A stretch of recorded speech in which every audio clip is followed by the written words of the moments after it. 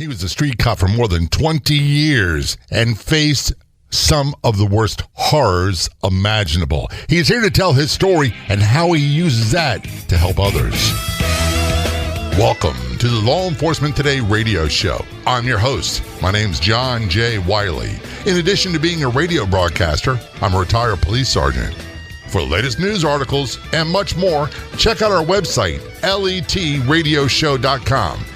In the Law Enforcement Today show, we'll be joined by special guests. We'll be talking about their experiences and issues affecting law enforcement officers, first responders, their families, their community, and victims of horrendous crimes. Be sure to like us on Facebook. Our page is Law Enforcement Today Radio Show. Check out the daily articles on our website, letradioshow.com. And while you're there, download our free app. The Breakout app is an audio networking platform and social networking app all in one. Breakout lets users listen in on live conversations or be a part of the conversation. Get it free with versions for iPhone and Android devices. You can download the app for free at the App Store and Google Play. Be sure to follow John J. Wiley, the Law Enforcement Today Radio Show and podcast. Use the profile at LET Radio Show, or you can download the app for free at letbreak.com. Contact us from San Diego. We have retired Phoenix Police Department police officer Chris Hoyer on the phone. Chris, thanks so much for being a guest on the Law Enforcement Today show, and thanks for your service, brother. Very much appreciated.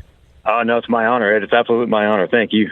This is something we've wanted to make happen for quite a while, and Chris is a busy guy, and you'll understand why a little bit later on, and we just couldn't work it out. So the fact that we did, it's really great, because one of the things that we do with this show, the main reason for the show is we want to give a personal perspective and experience of what's like, and one of the tragedies in law enforcement in particular is when you lose friends, when you lose coworkers. They're even more than coworkers and friends. They're brothers. And you went through that. I did, yes, sir. You went through 20 years as a street cop. And it's safe to say, in addition to that, you encountered every horror that we talk about. More than I ever thought I would. I mean, it was incredible. I never thought that by the end of my career I would have faced so much. I mean, not all bad stuff. I mean, a ton of adversity, but yeah, you're right. So I think back, Chris, I've been retired a long time. I got hurt and retired young. I was 33. I think back with fond memories of a lot of the people I worked with and a lot of the people in the community. We had such a great time.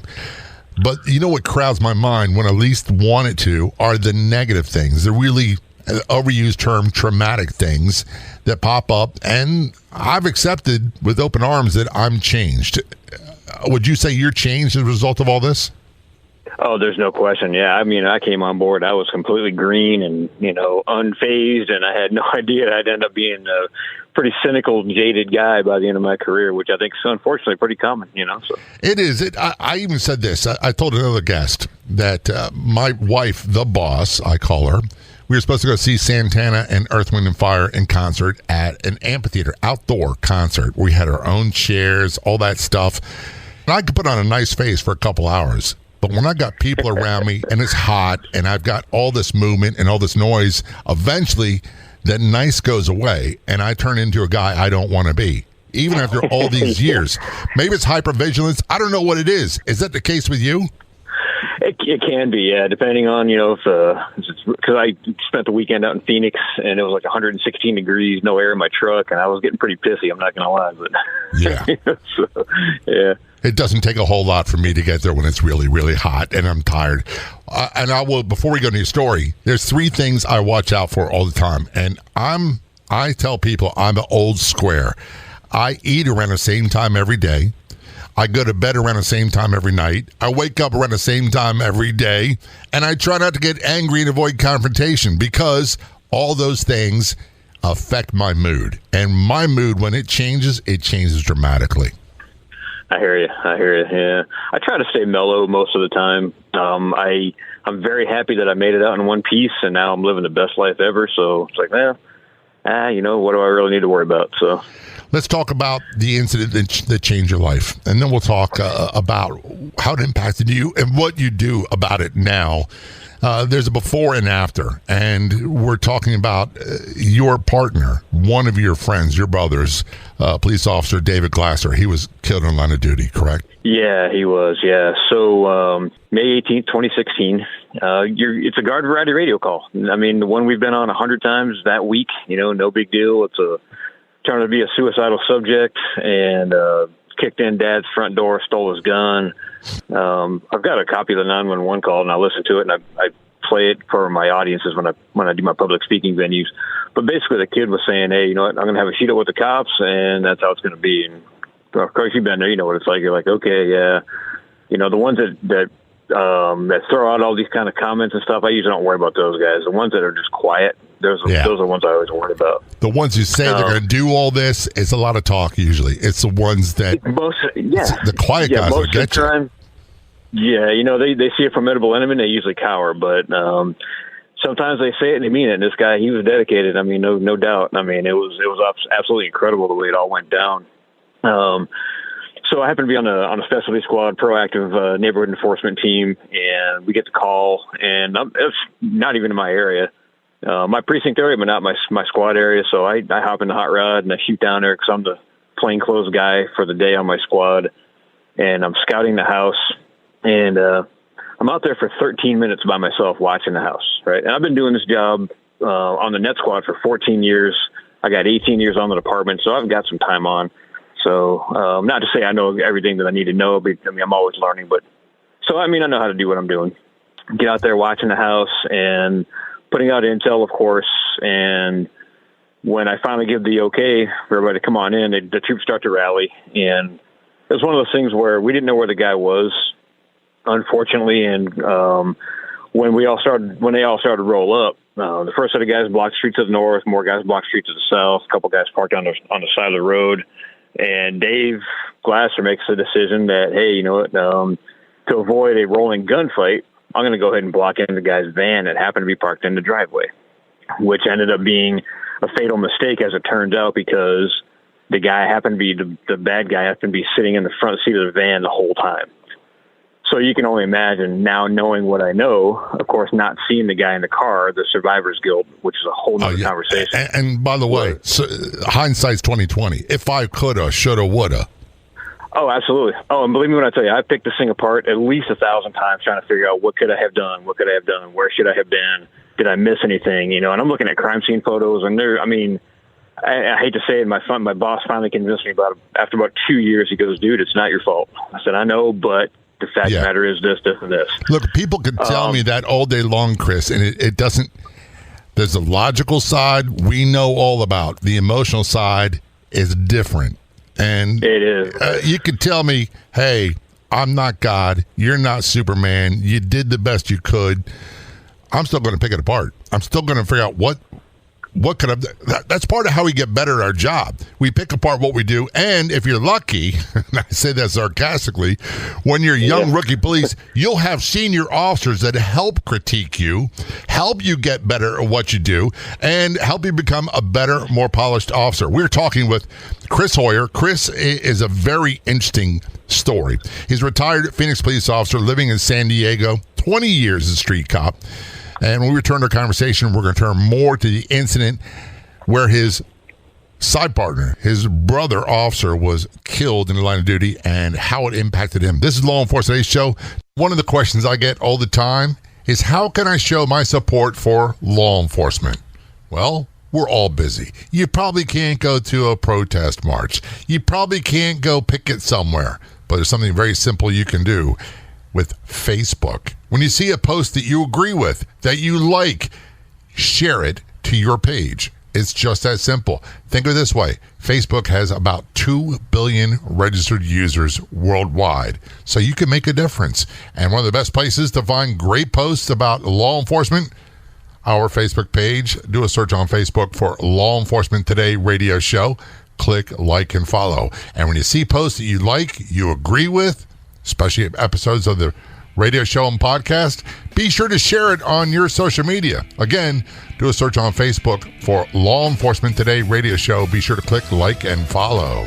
And then show your support by sharing. Don't go anywhere. We'll be right back.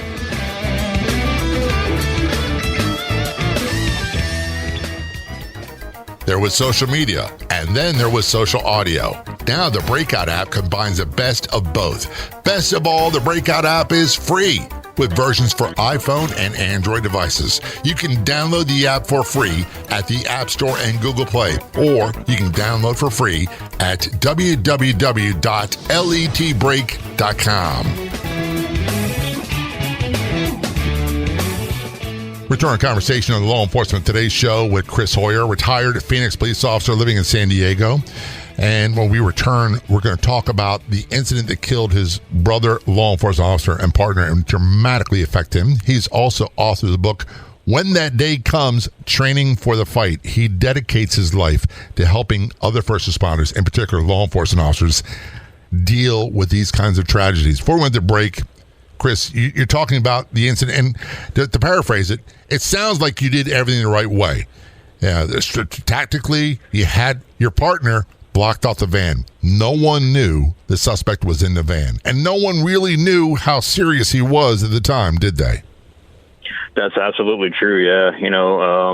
And this kid had no priors, as it turned out. He'd never been arrested for anything before, so we kind of thought, okay, well, it's probably some kid that just wants some attention, right? And that's usually what it is. And we were wrong on multiple levels. So basically what happens is, so Dave pulls up in the rear of the van, and the guy sitting in the front seat, he turns, opens the door and opens fire on Dave and shoots and kills Dave. And of course, gunfire erupts from the other 5 officers out on the scene. I fired my first volley of rounds, of about 7 to 10 rounds out of my rifle. And, tactically, I thought I was pretty squared away. I'm a rifle instructor. I've been teaching for years. And I made the very first mistake on that scene when, instead of staying on target where I needed to be, I came off target, and what do you think happens? The guy started shooting back at me. So, side note to that, so Dave got shot at 3 times and killed. I got shot at 3 times and survived. So you talk about the compounding survivor's guilt now is like, oh my goodness, I mean, how much worse can it get? So, and the really bad part about the whole thing, for folks that don't understand the dynamic of what this thing is, 4.5 second gunfight, Dave is killed in front of me. I almost get killed because the rounds missed my head by actual centimeters. I could actually hear and feel the rounds going past my head, and then I got to kill this guy. I mean, in 4.5 seconds, so that doesn't screw you up, then you're probably not okay already anyways. So we're able to finally do what we need to do, put the guy down, and we ended up securing the scene, of course, as best we could. They're working on Dave across the street, and finally I get relieved by the SWAT guys after about 12 minutes of sitting up on a patrol car, covering down range and making sure this guy's not going to move, which is another whole story in itself, because this is very important. There was a point of time when I decided that if this guy takes a move or breathes or whatever else, I'm gonna shoot him again. And I didn't make that shot. He didn't move, and I knew that I couldn't take that shot for 2 specific reasons. Number one was because I knew that I'd have to answer to my superiors. They're gonna say, "Well, you knew the guy was already dead. Why'd you shoot him again?" Second thing is because I know, and not getting too spiritual on this whole thing, but I know vengeance doesn't belong to me. That's from God. Right. And if I take the shot out of vengeance. I get all of that. And here's the thing. I applaud you for even talking about that, because most people don't have the nerve. Most people can't put into words. How long was the period of time from first shots fired to the end? To the very end, to when I got relieved, was probably about 13 minutes. And the actual gunfire between the start to finish? Yeah, I'd say probably about 4 to 5 seconds, maybe. So, yeah, we're not talking about a long period of time. But in that period of time, you had one partner killed. You were in life and death situation, and you wound up having to take a life. Am I correct? That's absolutely correct. Yes, sir. Would it be fair to say, and by the way, don't call me sir anymore. I'm not that old. You make me sound my age. But gotcha. In those 4 or 5 seconds, did your entire life change? Oh, my everything. I mean, my whole trajectory of life changed. It was unbelievable. I mean, of course, I didn't know it at the time because I was in a fog for about the next 2 years trying to navigate through.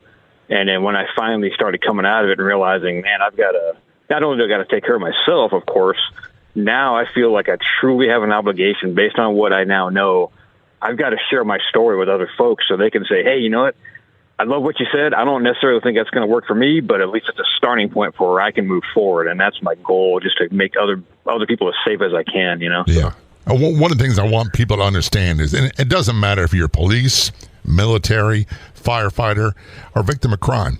If you're going through really, really dark days, it can feel like there's no end to this. And so many people opt for permanent solutions when, I'm talking about suicide, when there is a resolution. Things don't get, it's not like life was before, but you find a way to have a good life in spite of. Would that be a fair way of saying where you're at today? I couldn't agree more. Absolutely. Yeah. And I realized that, as tragic as this thing was, a lot of good things came out of it. And because I hate saying it out loud, I really do. But, Dave's not coming back. I can't change that. There's nothing I can do to change that. But if I can stop it from happening again, that's what I got to do.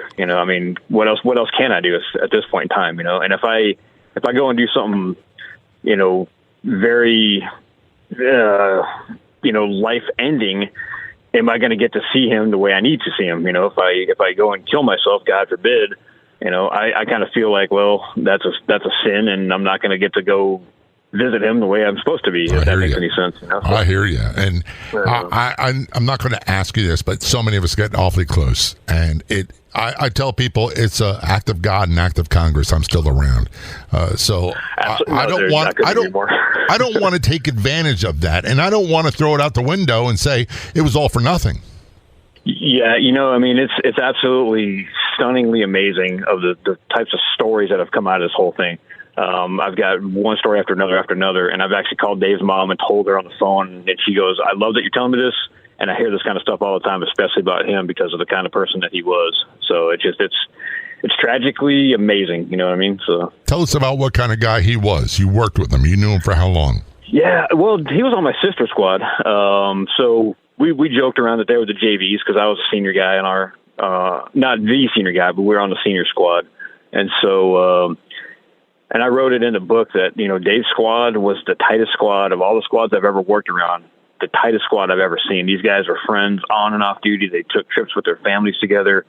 And, secretly I was really envious of that because I had never seen that before. I'm like, wow, these guys are awesome. And so Dave was kind of almost like the epicenter leader type of that group because he was, he was a party guy. He loved going to the football games and tailgating and all this kind of great stuff. And, he'd invite folks over to have, get-togethers to help him do his lawn because he was a big lawn guy at his house. But the really great part about Dave was crazy, super spiritual. I mean, on the best level you can imagine. And you hear guys that talk about, this guy's ready to give up his life for his friends. Dave, and I know it sounds like a cliche, but Dave was truly that guy. And I know for a fact that if he was sitting right here, he wouldn't change a thing. He'd be like, yep, nope, I'm ready. And how he got to that point in his life, I'm still not there. Even after I've been retired, I still can't figure out how you get to that point where you say, yeah, I'm going to give up my 2-year-old and my 5-year-old at the time and go ahead and meet God. And we're going to delve into that a little bit deeper when we return. We're talking with Chris Hoyer. Chris is a retired Phoenix police officer. He's also authored the book, When the Day Comes, Training for the Fight. We're talking about the murder of his partner and brother officer and how it affected him. Don't go anywhere. I promise you don't want to miss what's coming up next. We will be right back.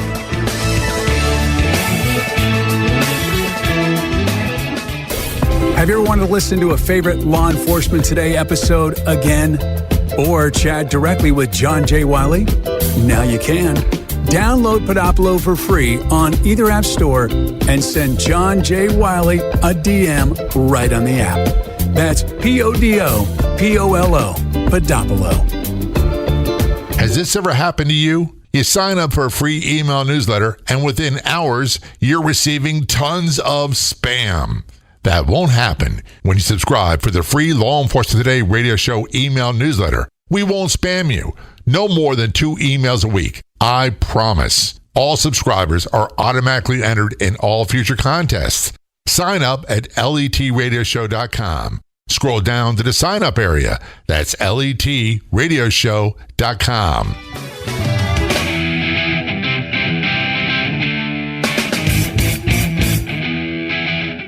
This is Law Enforcement Today Show. Return our conversation with Chris Hoyer. Chris is a retired Phoenix police officer living in San Diego now, doing all right. He's also author of the book, When the Day Comes, Training for the Fight. 20 years as a street cop and seen all the bad stuff that street cops see. But we're talking about the incident where his side partner, his police officer brother, was shot and killed. I want to return to that, and it's difficult. There's still things, Chris, in my life. I tell people my life's an open book, but every chapter, every paragraph isn't for everybody. So when this incident, you go to this call, you don't think it's going to be a real deal shootout. No one ever does. And I'll ask you this question. I thought nothing bad would ever happen to me, and then it did. Were you shocked that this was actually when it started that was going on? I'll tell you a little bit of history about myself. So, got hired on 97, graduated in 98, my first shooting in 99, second shooting in 2000, first rifle shooting in 2013. Now, if you pick up on the pieces here, shooting. I didn't know the difference between a shooting and a gunfight. And so when I started shooting that first set of rounds, that first set of bullets, I assumed that like every other time, I put 10 rounds of rifle down range, the guy's going to fall. And guess what happens? No. When Murphy, if you're not familiar with Murphy, kicks in and then the guy starts shooting back at me, that's when I went into shock mode. I'm like, wait a second, this has worked every other time. Why isn't it working this time? Especially when you put that much ammo down range, right? And I kind of said it to myself. I'm like, wait, I don't like this anymore. I want to turn and run, but clearly I can't do that. So, The thing for me was when people shot at me, Chris, to be totally honest with you, I was like, you don't even know who I am. I can't believe you're doing this to me as a person. It's hard not to take it personally. Well, to spare the audience, I'll spare the words that I said, but I basically came up that second round. I said, "Oh, you want to play? I can play," and I finished him off, which sounds really bad to say it that way, but it was like, look, I'm either going to get shot and killed, or I got to put this guy down, and taking all the heroics out of it. That's exactly what it was. It's like, look, you're either going to kill me or I'm going to kill you. And I've only got, 0.2 of a second to make that decision, and it was not easy. Trust me when I tell you. So I get it. One of the things, the last shooting I was involved in, unfortunately, everybody lived. When I got the realization this guy's trying to kill me, I thought, and it's clear as day today, it's a matter of milliseconds, this guy's trying to kill me, I'm going to die. But it's not going to be tonight, and it won't be because of him. And I'll do whatever it takes to survive. Yep. Amen.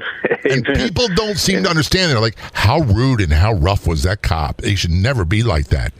Well, the only word I can come up with is primordial. It's a very primordial response to violence like that I can't describe and I can't create. You can't even teach that. You really can't. Until you're there, you won't know. And I thought that I knew, and I was dead wrong. I mean, who had any idea, And I was trained to the hilt. I mean, I was as squared away as I could be personally, professionally, but I still lost, on some level. So you're exactly right. So this is going to get tough. You have a bird's eye view. Did you see your partner getting shot? Miraculously, I did not, which was, I thank God every single day for that, because I know one of the other guys that was out there running the scene, he actually did see it happen, and he'll never recover from it. And so that's where I'm thankful that, two things that Dave never knew what hit him. He was, God forbid, but he was dead before he hit the ground. And I didn't have to be a witness to that. So no, luckily. Thank goodness. And the reason I ask that is people send me videos all the time, dash cam videos, body cam videos. They want me to read it, watch it, whatever it is, and send my comments back. And I tell them, I don't watch that stuff because it puts me in an area I don't want to be. And it's a very physiological response. It's not like, oh, I get mildly emotionally upset. No, my heart goes racing. I start sweating. I get the shaky fingers, the sweaty palms, and I can't focus on anything else for a while. So I agree. Yeah, whoever that other officer was, please tell him my thoughts, and if he ever wants to call me, he certainly can. But you had your own. You had your own cross to bear for a term that really doesn't. It's overused. But when this is over, when did the severity, the impact of this start to really raise its ugly head for you? That's a really great question. I don't think anybody's ever asked me that before. I think it had to have been probably around the time when I think it was a combination of when we did our tactical debrief, because we did the regular critical incident and stress debrief, which I think is hugely important. But during our TAC debrief, which is pretty much, you leave your emotions at the door, and we're going to talk about everything you did right, what you did wrong, and what you should have done, or what have you, all the finger pointing, if you will. And I think when I realized that nobody else wanted to talk about it, it was one of those things where, yep, I showed up and I fired 3 rounds. Next, and that was very, very cold. And I'm going, guys, come on, man, we need to get this out of our system and start talking about stuff. I think that's where it hit me first. And then leaps and bounds, tie for first place. Same thing. It was during the last call at the funeral, which I can't even watch it on TV with the TV muted because I know what it is. It's like, yeah, no, we're not doing this. That's the worst. There's certain things I can. If you have taps being played somewhere, or the 21 gun salute, or bagpipes, Amazing Grace, all that, forget about it. I am worthless for a while. I'm the same. I'm pretty much a vegetable at that point in time. And I remember when it was going on, and I knew it was coming. My knees started trembling. My other friend on the scene that was out there had to hold me up because I was just collapsing. I'm like, oh my God, And of course, at that time, I was still feeling like it was all my fault. But I'm sorry, that's what I was going to get at. Were you plagued by survivor's guilt? You talked about that. I could have, should have done this.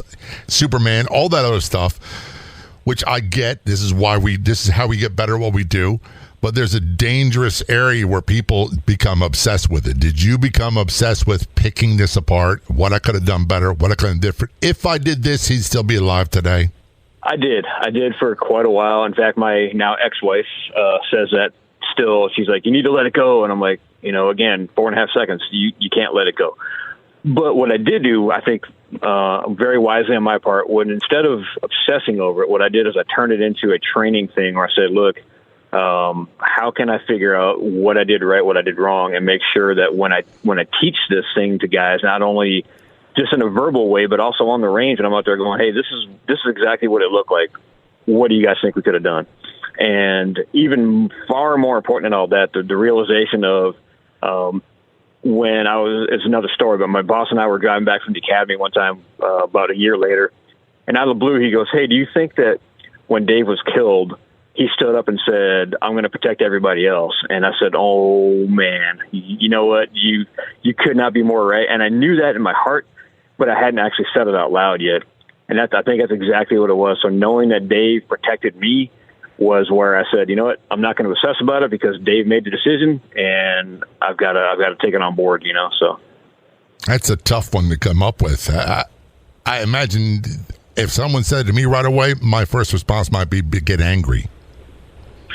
Yeah, for a while I did go through that. I will say that I never slipped into the alcoholism or anything else like that, or any of the bad stuff that I could have gotten into, but I did have a tremendous amount of anxiety attacks, waking up at 2 a.m, falling down, crying. I'm driving down the street and I just burst out into tears for no reason. I'm like, what the hell's going on with me, man? This is not We're going to examine that more in depth when we return. This is our conversation with Chris Hoyer, retired police officer, author of the book When That Day Comes, Training for the Fight.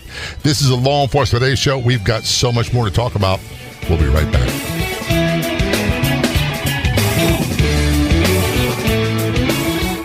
The place to be online is our Facebook page. Do a search on Facebook for Law Enforcement Today Radio Show. You'll get access to unique news articles, editorials, and so much more. That's Law Enforcement Today Radio Show on Facebook. Are you wondering where you can find more great podcasts? Head to letradioshow.com, click Be Heard, and discover other fantastic podcasts like this one. Also available on our free app, all at letradioshow.com.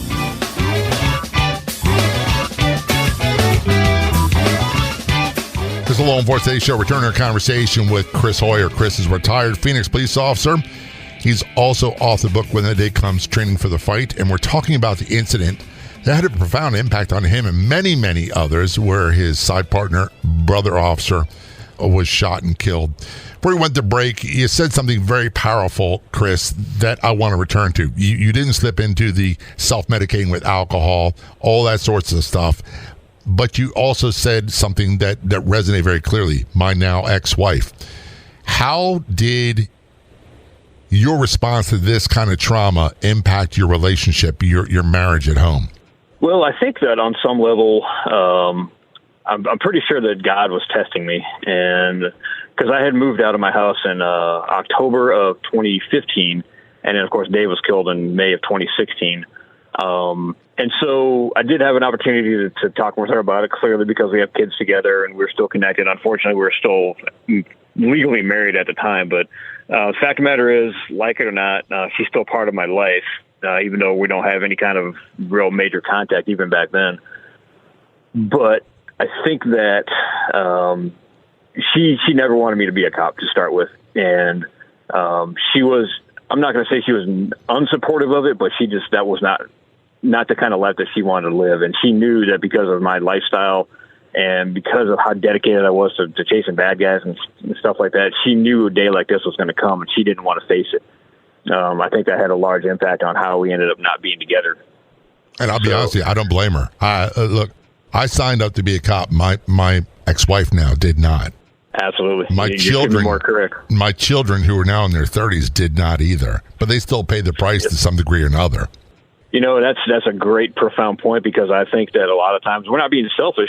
I just don't think that we realize what it's going to do to the rest of the family, you know. And once you realize that, and I talk about that, you know, the family's forever, man, then you need to make sure that they know what's going on, because I'm sure just like your generation, we were told, hey, don't tell your loved one what's going on in your life at work. Well, they know. I promise you they know, because if you're not telling them, they're going to find out one way or the other. And what happened with me was, her theory was, well, if you're not talking to me, you must be talking to her over there, which wasn't true. But it's very easy to say that and point fingers and make accusations, you know. So, well, it's fair to say that by the time the fatal shooting of your partner occurred, you'd already been in your fair share of trauma, and were already feeling the effects. Did that have an impact on how you two related to each other? No, not really, because we were pretty much already on the down slope anyways at that point. And it wasn't because it really had less to do with my profession and more just our personal lives, that we didn't really have the same outlook on life and or our goals and just our simple lifestyle in general. So she really could care less that I was out there chasing bad guys and doing whatever else. I was having the time of my life, you know, and she on some level was, and I'm sure I'm going to hear about this later, I think she was somewhat envious of the fact that, you know, I get up in the morning and I'm like, oh my God, I can't wait to get to work, you know, and I was just excited all the time. And I'd come home and I'd say, man, I had a really bad day, but I'm really glad that I did. And she's like, what kind of sense does that make? I said, it's very simple, because it's not the same thing every day. It's something new every single day for us, you know, and sometimes it's bad, but that, for me, that balanced me out, you know, as crazy as that sounds. So it doesn't sound crazy to me. I loved being a police officer. I loved every minute of it until I didn't love it anymore. And it didn't, you know, here's the truth, Chris, it never loved me back. My police department, who I still love to some degree or another, never loved me back. And I'm not saying that as a negative. I'm just saying that's the reality. You know, they've got a job to do. And the minute you hit the door, you're retired, life goes on. They got to do their job.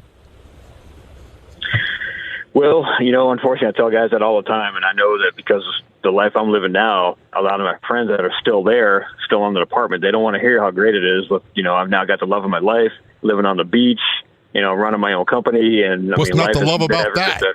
Yeah, I tell people, exactly, right. Look, I work in radio. In addition to this, I'm a FM music jock, and my boss every now and then goes, oh, I'm sorry if I put too much on your plate. I don't want to stress you out. I told him a couple times, hey, no one's shooting at me. This isn't life or death. It's not. No one's going to die. It's just radio. And this is pretty cool. Exactly. I never thought as a rookie cop my life would be the way it is today. Never. And the worst days, Chris, I never thought it'd be as good as it is today. God bless you, man. I love it. I absolutely love it. You know it. And whether you want to believe it or not, and I don't always believe it myself, you earned it and you deserve it. So there. Same here. Same with you. Now, you eventually took your experiences and you wrote a book, and it's called When That Day Comes, Training for the Fight. Tell us about your inspiration for the book, because there's so much more you do. The book is just part of the tip of the spear, for lack of better words. It is, yeah. You know, I was supposed to meet some friends one morning, and for whatever reason, I woke up at about 2 a.m. for no reason whatsoever. Again, just not quite over it yet. This was about a year and change after Dave, and pulled out the laptop and started just slamming the keys. And before I knew it, I had over 1,000 pages of 20 years worth of stuff down on paper on some level. The whole thing clearly was born out of Dave, and we're all the exact same. Every officer hears the same thing. Hey man, write down one story every day that you did for your career, which whoever does, nobody. And so it was basically 19 years of stuff that I had to process through, and I swear the thing wrote itself. It was absolutely just amazing. Is it fair to say it was a therapeutic measure for you? Well, my girlfriend, Natalie, who I met after I retired, she did all the editing for me, and she says it better than I ever could. She goes, "This book is what saved your life." And I said, "You know what? You could be more right, because getting it out all on paper, the therapy part of it, I mean, everything about it was exactly what I needed to do. You know, it was very cathartic, of course, and it also brought back a lot of good memories, brought back a lot of bad memories, but that was an easy way for me to process through stuff. And I highly encourage guys to do that. Just to go, you don't have to publish it. You don't have to do anything else except have it on your computer, but write it down and then just process through it all, you know? Here's what I found for me, Chris, and maybe it's the same for you. When I talk, you know, I can minimize stuff, I can justify stuff, I can explain things away. But when I write, it seems to tap into a different part of my brain, and it's a lot harder for me to lie. And the truth comes out. And sometimes it's not really pretty. You could be more right. You know, it's so strange that you say that, because that's where I can be honest with myself. And the reason why I did it the way I did it on the laptop, because even though I could erase stuff, I knew that if I saved it, for me, it wasn't going to be possible for me to go back and delete anything. You know what I mean? That way it's saved on the computer, and it's going to be there forever, and I'm not going to ever delete anything. I could just add to, which made it a little bit more honest for me, if that makes any sense. So your combined experience in law enforcement, all the things you went through, the death of your partner, that inspired, you said it earlier, you have your own business. And as part of that business, training and helping others to make it through these sorts of things? That's exactly what it is. Yeah, the public speaking stuff I do, the tactical stuff that I do, and a large part of it is just in short, basically mental, physical, emotional, spiritual survival before, during, and after any kind of critical incident. And that's pretty much what it mostly boils down to. I'm glad you brought up several times in this conversation, the spiritual aspect. And I'm just going to say something. You can agree or disagree. It's fine. That's one of the things that we don't tend to talk about. And I'm not just talking about police or firefighters or EMTs or military combat veterans. If someone doesn't have some sort of spiritual relationship with, for lack of better words, again, a higher power, a God, or whatever it might be, you're going to really struggle. It's going to be much harder. And that's one of the things that helped save my life and help build the new life after. Is that fair for you? I wish I could, expand on that more, but you are so dead on. And when you finally realize that, and I touched on it a little bit earlier, that, I was searching for something. I thought God was testing me. And I had said for years, I'm like, well, when I get my sign, then I'll start to believe. Well, God's like, well, you want a sign? Here you go. And I got a whole lot more than I bargained for when Dave was killed. And that was my sign. And now I know, so. Now, the name of your book is When That Day Comes, Training for the Fight. It's available wherever books are sold. It's online as well. Do you have a website or web presence? People can look you up and contact you? I do, yeah. It's unfortunately still in the building phase, but I do have trainingforthefight.org is my website. And I got a couple people that are helping me build that thing as we speak, but it's under construction, if you will. Those things you'll learn, Chris, are always under construction. You're never going to be satisfied. Are you on social media as well? Oh, yeah, I'm all over it. I'm on mostly LinkedIn is my go-to, but, of course, Facebook. I do a little bit of stuff on Instagram. I just recently got on TikTok, but I haven't done one single thing with that yet. I'm still learning that whole thing. I'm not 20 years old, so, Chris, I want to thank you for your story. Thanks for your service, and thanks for being a guest on the show. Very much appreciated. Absolutely. No, my honor again. Thank you very much. I'd like to thank our guest so much for coming on the Law Enforcement Today radio show. The Law Enforcement Today radio show is a nationally syndicated radio show broadcast on numerous stations once a week and growing. If you enjoyed the podcast version of the show, please do me a big favor.